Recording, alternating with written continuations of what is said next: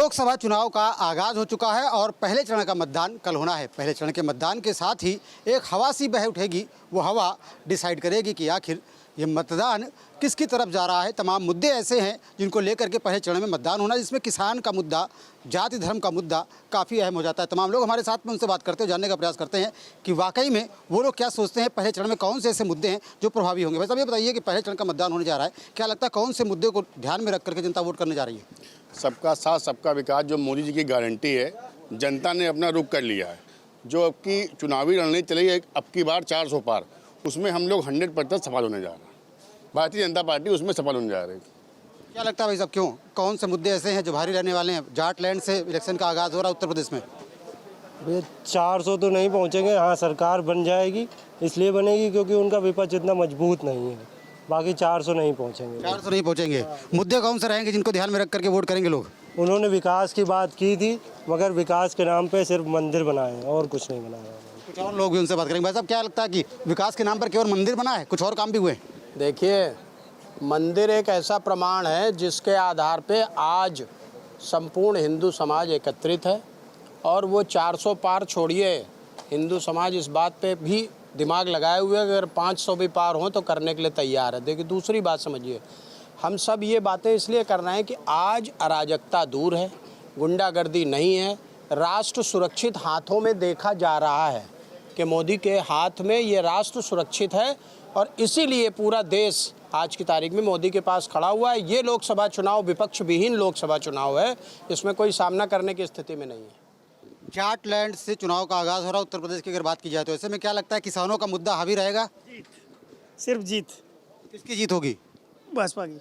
भाजपा की जीत होगी। और वहाँ से जो हवा बहेगी वो पूरे प्रदेश में, पूरे देश में जाएगी। यस।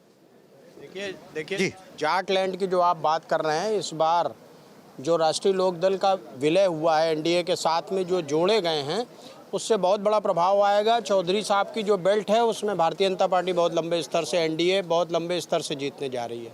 वो जो छोटे मोटे विवाद खड़े हुए हैं वो सब सुलझा लिए जाएंगे। राम मंदिर का मुद्दा कितना प्रभावी होने जा रहा है इस पूरे चुनाव में, और क्या लगता है कि जहाँ से चुनाव का आगाज़ हो रहा है वहाँ पर भी इम्पैक्ट डालेगा ये? देश की भावना को देखते हुए राम मंदिर कोई मुद्दा नहीं है। मोदी जी ने पूरे भारत को ही राम मंदिर की तरह, पूरे भारत को मंदिर माना है और मंदिर की तरह पूरे भारत को बनाने का काम किया है। मंदिर ही नहीं, पूरे भारत को बनाया है। भारत के किसी भी आयाम में आप देखिए आमूलचूल परिवर्तन हुआ है, चाहे वो निर्माण से संबंधित हो, चाहे पूरे विश्व पटल पे हम लोगों की ख्याति हो।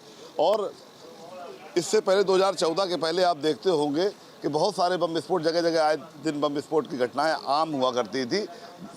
हमेशा सैनिकों को मार दिया जाता था, सर काट के ले जाते। हेमराज का सर कटा था, मुझे आज भी याद है, डॉक्टर मनमोहन सिंह जी की सरकार थी।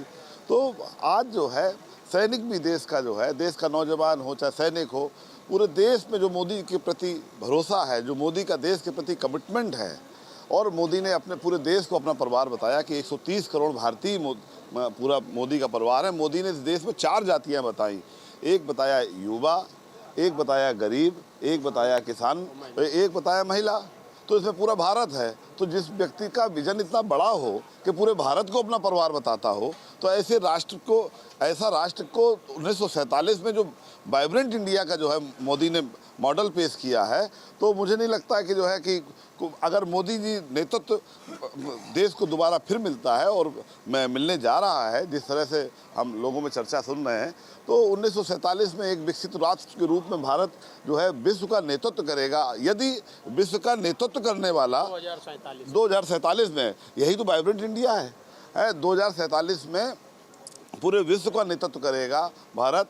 और यदि देश का नेतृत्व करता अगर मजबूत नहीं होगा, शक्तिशाली नहीं होगा, जिसका विजन नहीं होगा, तो रास्ता थोड़ा सा जो है लंबा हो जाएगा। तो इसलिए रास्ते को पास लाने के लिए, विकसित भारत को और विश्व गुरु बनाने के लिए, विश्व गुरु तभी बन सकता है जब आप पास नेतृत्व बहुत सक्षम हो। ठीक है भाई साहब, एक तरफ राष्ट्रवाद की बात है जो आप कह रहे हैं, दूसरी तरफ स्थानीय मुद्दे हैं, लोकल मुद्दे भी बहुत प्रभावी होते हैं। वहाँ पर किसान आंदोलन लंबे समय तक हुआ, तो क्या लगता है किसान आंदोलन कहीं ना कहीं कुछ इम्पैक्ट डालेगा इस चुनाव में? किसान आंदोलन इम्पैक्ट इसलिए नहीं डालेगा क्योंकि ओरिजिनल किसान जो है गया ही नहीं कभी भी बॉर्डर पे।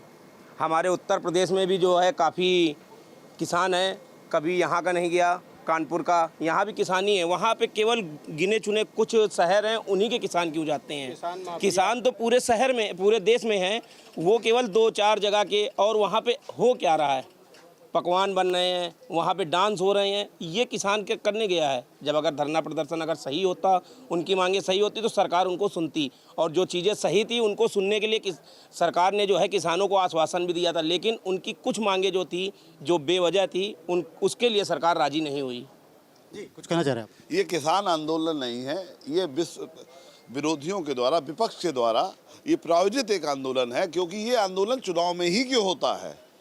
तो इससे ये प्रमाणित होता है कि ये विपक्ष का एक आंदोलन है, विपक्ष की एक रणनीति है। जैसे ही इलेक्शन आता है तो विपक्ष घेरने के लिए इस तरह का आंदोलन का रूप देते हैं, और वो आसपास के जो गांव हैं वहाँ के लोग इकट्ठा हो जाते हैं। वो विपक्ष के कार्यकर्ता हैं, किसान नहीं हैं। तो आप लोगों का कहना है कि किसान आंदोलन का जो मुद्दा है वो हावी रहने वाला नहीं। कुछ और लोग हैं, ये बताइए कि प्रथम चरण का चुनाव होने जा रहा है, कौन से मुद्दे देख रहे हैं आप जिस पर लोग वोट करेंगे? इस समय जो स्थिति है देश की, वो लोग देख रहे हैं कि देश हमारा जिस विकासशीलता को लेकर बढ़ रहा है, हर व्यक्ति का मन यह रहा है कि ये विकास रुके ना, उसी तरफ आगे बढ़ना चाह रहे हैं। और जो हमारे देश के प्रधानमंत्री वर्तमान में मोदी जी हैं, उन्होंने वास्तव में पूरे विश्व में भारत का वो नक्शा बढ़ाया है, वो भारत को इज्जत दिलाई है जो आज तक कोई दिला नहीं पाया है। निश्चित है पूरा देश आज उनके साथ खड़ा है। उसमें विपक्ष, आज की डेट में विपक्ष पूरी तरह से समाप्त हो चुका है। वो कोई भी मुद्दा लेके आए, लोग जानते हैं कि इनका केवल चुनावी मुद्दा है। ये लोग कोई जो है सही मुद्दा लेके नहीं आते हैं। ऐसे में क्या लग रहा है कि बीजेपी को एज मिलता दिख रहा है? हाँ, बिल्कुल निश्चित। कहीं से बीजेपी जो है मार नहीं खा रही। बीजेपी हर जगह बिल्कुल प्लस है और हर जगह पब्लिक उनके साथ खड़ी है। भाई साहब, क्या लगता है जैसे आपकी अगर बात को अगर बात कर लिया जाए, विश्वास की जाए आपकी बात पे, तो विपक्ष क्यों अपनी हवा नहीं बना पाया? क्यों इस तरीके का माहौल पैदा नहीं कर पाया? एक समस्या क्या है, विपक्ष के अंदर एक समस्या परिवारवाद की है। आप ये देखिए, भाजपा के अतिरिक्त अन्य कोई दल हमें ऐसा बताए जिसमें जब अध्यक्ष कोई बनता है तो उनके परिवार का ना हो। हमारे यहाँ देखिए, एक कार्यकर्ता जो भाजपा भारतीय जनता पार्टी के अंदर एक जो कार्यकर्ता है जो नीचे से आके ऊपर तक आता है। और दूसरी बात, जिस प्रकार से सब लोग कह रहे हैं कि मोदी जी की वजह से ही सब कुछ हो रहा है, आप योगी जी को नज़रअंदाज मत करिए।